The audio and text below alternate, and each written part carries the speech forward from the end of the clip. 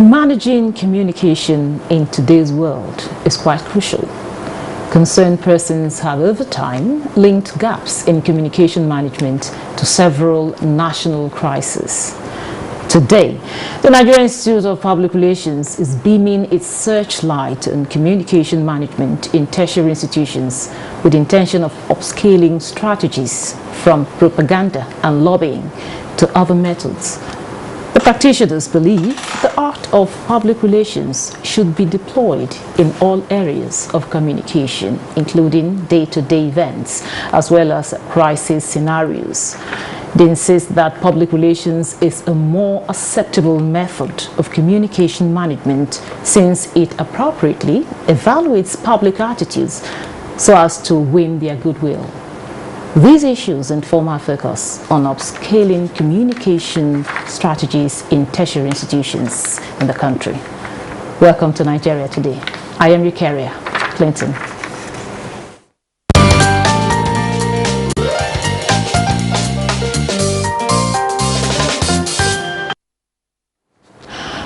Joining us to speak on upscaling communication strategies in tertiary institutions is Dr.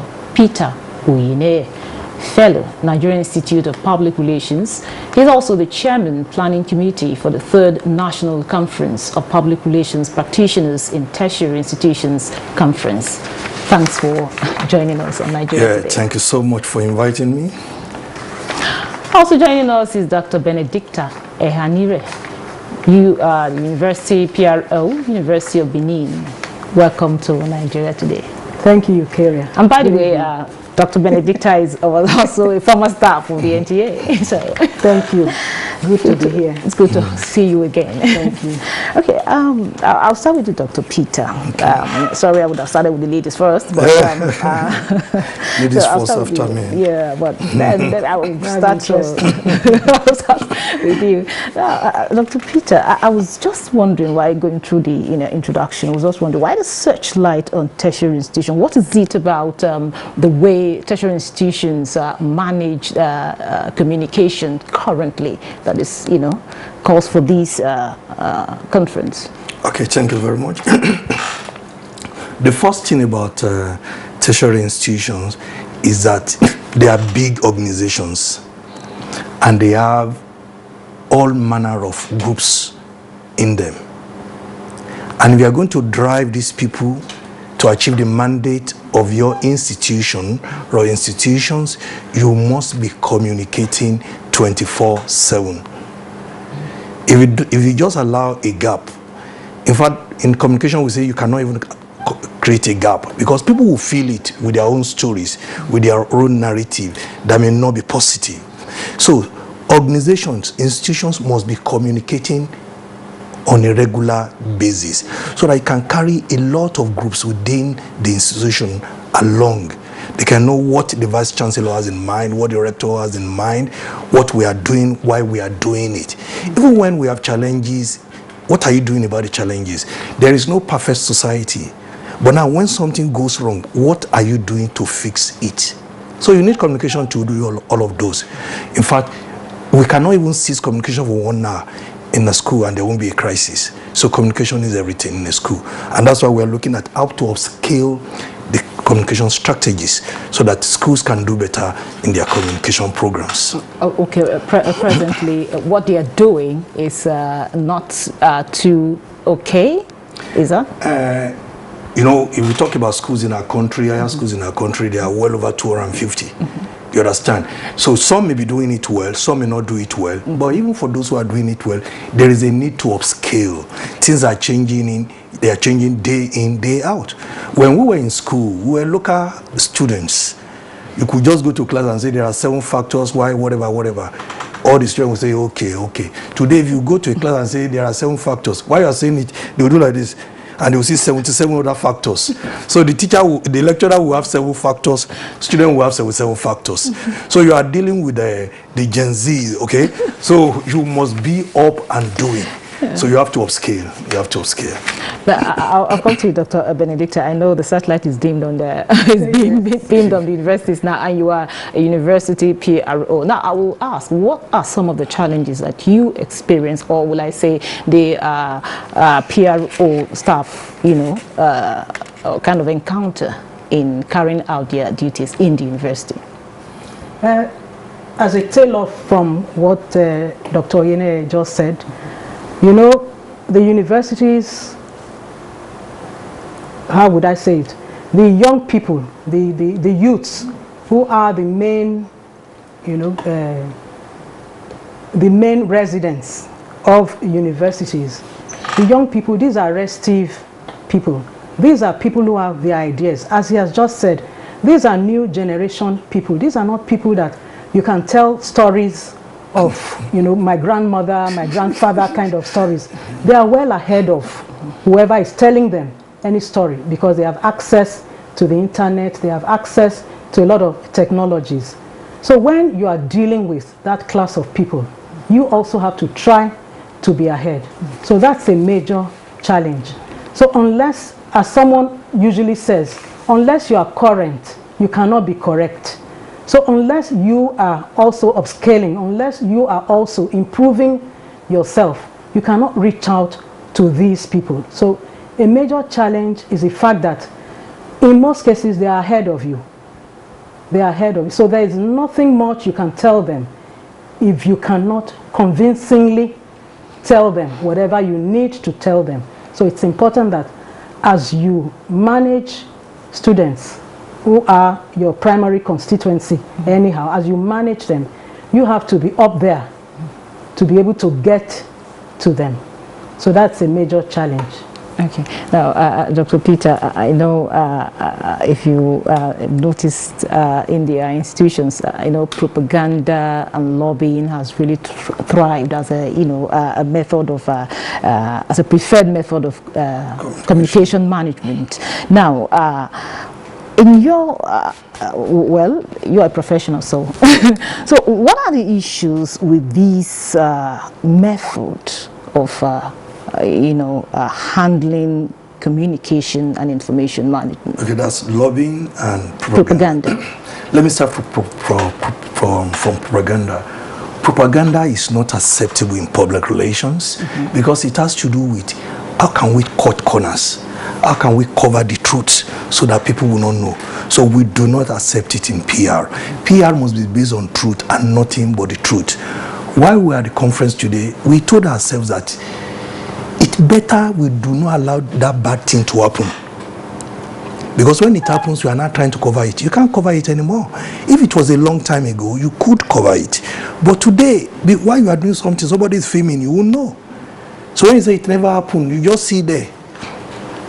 So propaganda is not acceptable again. What you should do is that they deliver quality service and tell the world. That is PR. But peradventure, while you are trying to do that, something goes wrong. All you have to do is to come out with your hands in the air and say, we are sorry. We made this mistake. And this is what we're doing to redress it. That is PR. Which is not common in Nigeria. Which is not common, but that is best practice in PR. Now, lobbying is acceptable, is an acceptable tool in public relations practice. Lobbying means provision of facts and figures to decision makers so that they will take the right decisions. The National Assembly is there. Let me give you an instance. Let's look at the State Assembly, probably in Edo State or Ogun State. You may not have an aviation expert in the assembly, but the assembly will still legislate about aviation if that state intends to float a airline. You understand? So those guys that will legislate, we must give them data, we must give them facts and figures, so that when they have that, they'll be able to take decisions and say, okay, if you want to start an aviation business in this state, this is what you do, this is what you do. So when you give people information, you are lobbying them to buy what you are selling. So lobbying is acceptable, but not the negative side of lobbying, or do I say the bastardized side, where people talk about give them money so that they will do your bidding. No, that is not acceptable in PR. The lobbying that we accept in PR is making available figures and data and figure so that somebody can take a decision. That's it. So, Dr. Benedicta, having heard all Dr. Peter said there, one will readily want to know, what are the benefits of communication management, you know, in tertiary institutions and other institutions, not just tertiary institutions, but what are the benefits of communication management?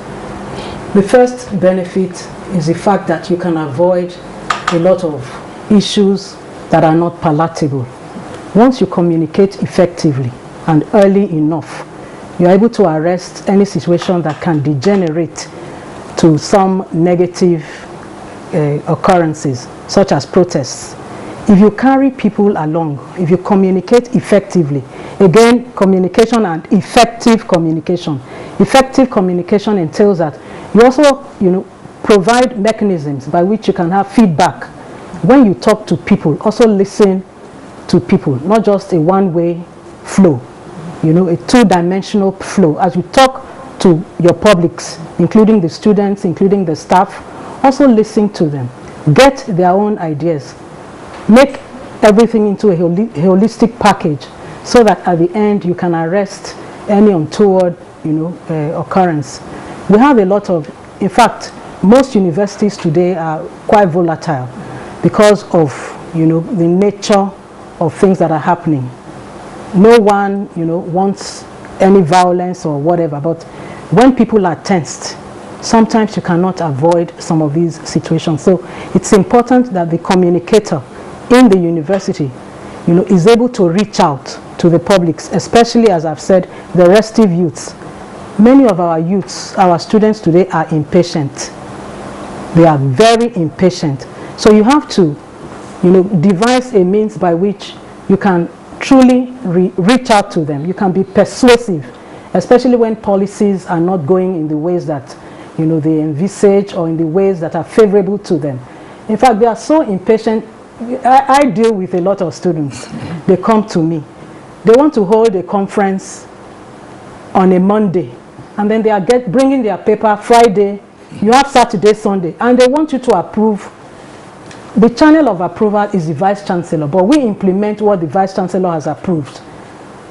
As they send the letter to the Vice Chancellor on a Friday for a program that is going to happen on a Monday, they want you, who is going to provide the venue for them and the facilities, to go ahead and then you tell them, this has not been approved. And they say, but we are here. The program is Monday. We have invited guests from outside. So sometimes you try to educate them. You had planned this program for 1 month. Why come now? But they are impatient. So sometimes you find yourself taking up their letters to go face to face with your principal to say, Ma, sir, please get this, approve this, so that we can act on it. So that's the nature of our students. And unless you do that, they perceive you as someone who is not cooperating with them. So you have to play to them. In most cases, we have many of our principals, we look at them as our children. Although sometimes they say, no, you are not my mother, you are not my father. Well, you meet with all sorts of youths, but they are our youths. So we are happy to relate with them. We are happy to bend in most cases so that there will be peace. That's essentially what it is all about. Thank you very much. It is still Nigeria Today. I will take a break right now, but the conversation will continue after the break. Just stay with us. The implementation of the ruling is also dependent on another aspect or another arm of government. Nowhere in the world will allow, under digital economy, for banks not to be dispensing domestic currency in that economy. What will make this one different? We want to know what they do as occupation. All of these are attributes that our questions have been designed to investigate. In a few days to come, you see that we are all around all crannies and everywhere in Nigeria, telling people to cooperate. Welcome to Nigeria Today.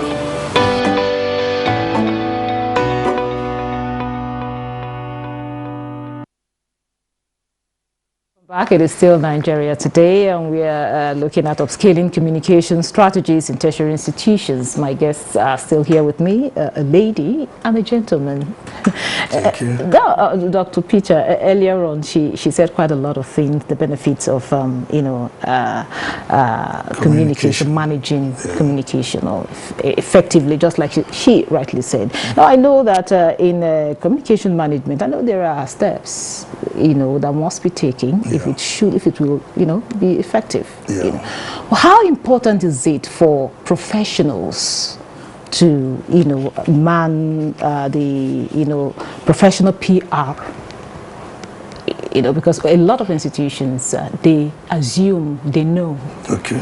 They assume they have this knowledge. Okay. So they are managing it perfectly well. But at the end of the day, they are doing it wrongly. Yeah. So how important is it for us to have professionals as PR, Thank you PR very much.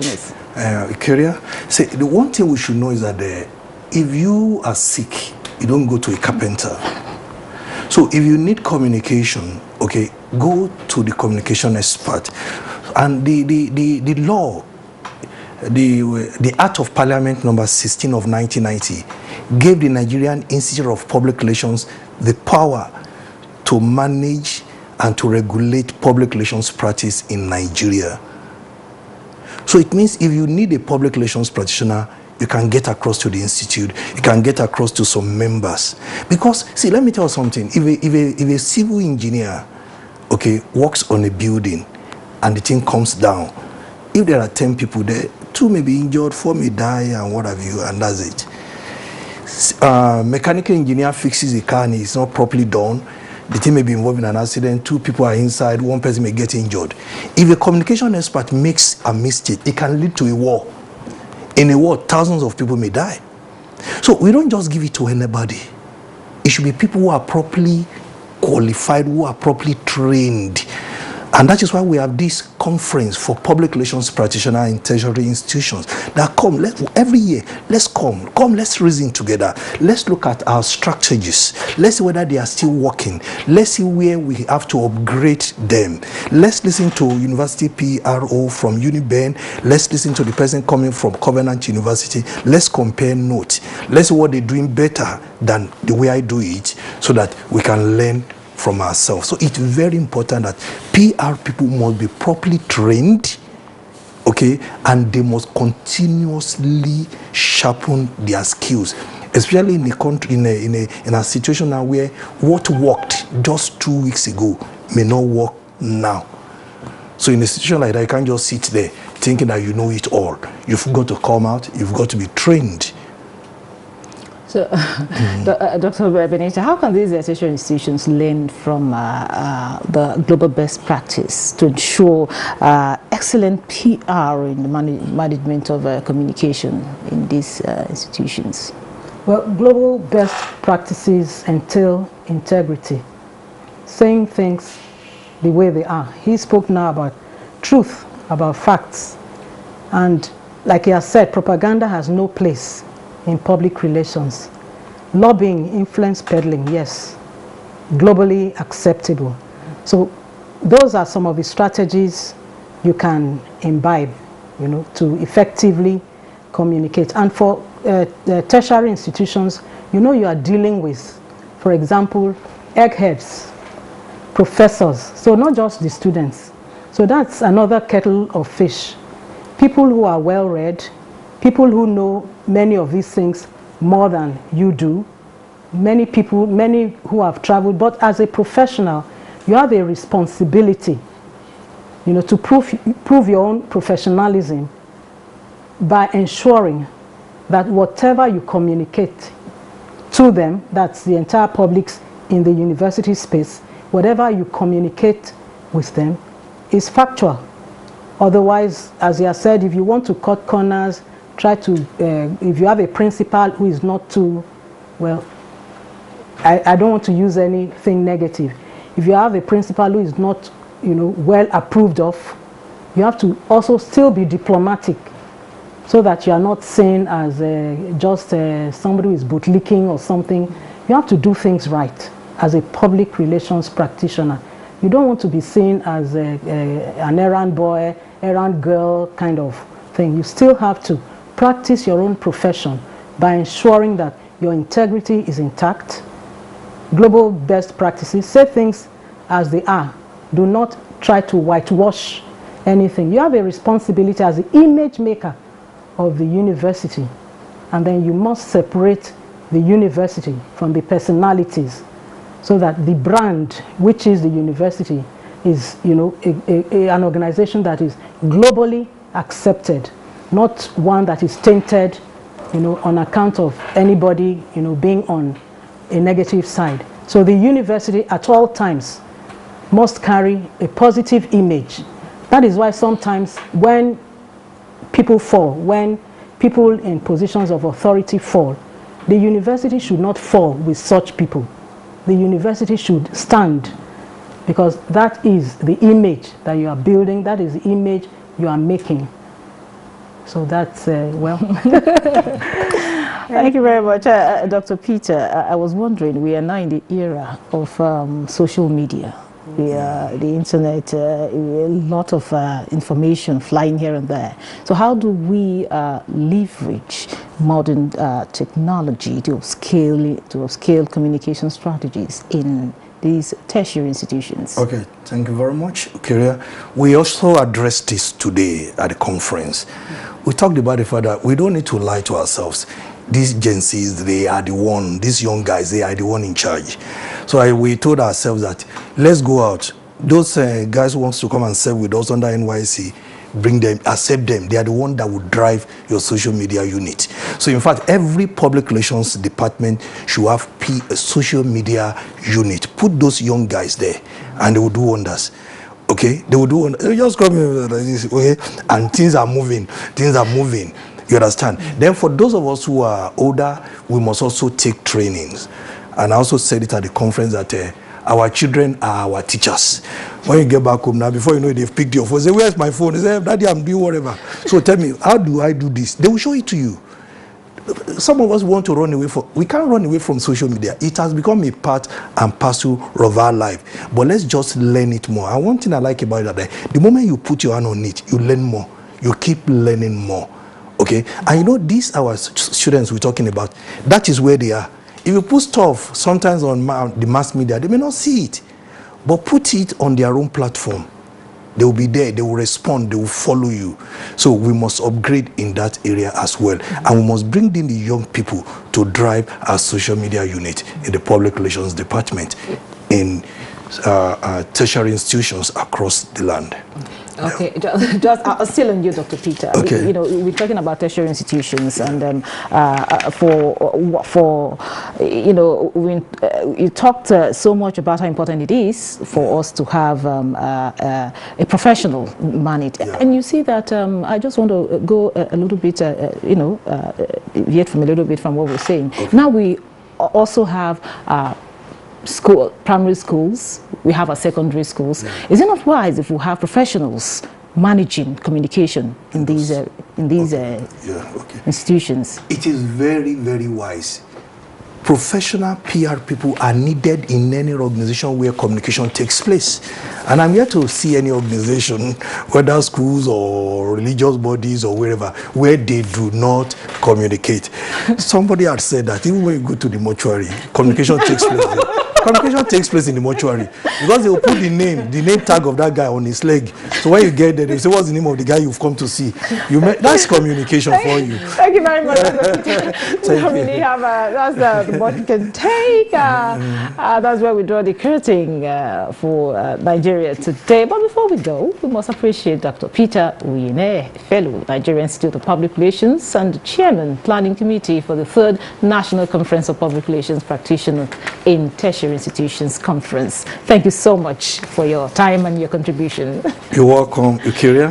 I also must thank Dr. Benedicta Ehanire, University PRO, University of Benin, and also a former staff of the NTA. Thank you so much for being here. Thank you very much. And also for our viewer, thank you for always being a part of this. Don't forget, Nigeria Today airs weekdays at 7:30 p.m. on NTA News 24. You can watch this and other episodes on www.youtube.com/NTA News 24 Hub. Once again, thank you for watching. I am your carrier, Clinton. Goodbye.